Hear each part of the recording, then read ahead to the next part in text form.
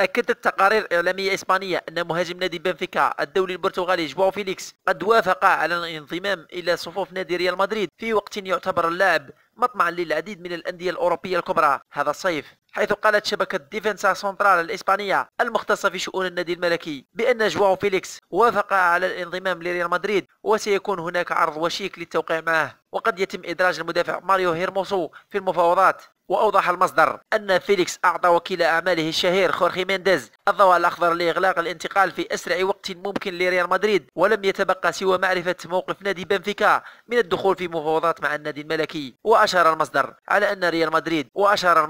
على أن نادي ريال مدريد يخطط لتقديم حوالي 65 مليون يورو بالإضافة إلى المدافع ماريو إيرموسو الذي يلعب في صفوف إسبانيول، علما أن النادي الملكي لديه خيار إعادة شراء المدافع الشاب خلال هذا الصيف. وقال المصدر أن جواو فيليكس مهووس بفكرة اللعب للنادي الملكي واتباع خطوات مثله الأعلى كريستيانو رونالدو. وفي أخبار الميركاتو كذلك قالت تقارير صحفية بريطانية على أن نادي برشلونة جدد رغبته بالحصول على خدمات نجم نادي تشيلسي ويليان خلال فترة الانتقالات الصيفية القادمة من أجل تدعيم وتعزيز صفوف الفريق. ووفقا لصحيفة ذا صن فإن برشلونة يرغب بشدة في الحصول على خدمات نجم تشيلسي مع نهاية الموسم الحالي. وأشارت الصحيفة في تقريرها على أن نادي برشلونة قدم 3 عروض من أجل التوقيع مع ويليان في الميركاتو الصيفي الماضي، ولكن البلوز رفضوا التخلي عن اللاعب قبل أن يتعاقد برشلونة مع مالكوم. وقالت الصحيفة على أن برشلونة سيواجه صعوبة في التوقيع مع ويليان هذا الصيف بسبب العقوبة الموقعة على تشيلسي من قبل الفيفا، علما بأن النجم البرازيلي سينتهي عقده مع البلوز في صيف 2020.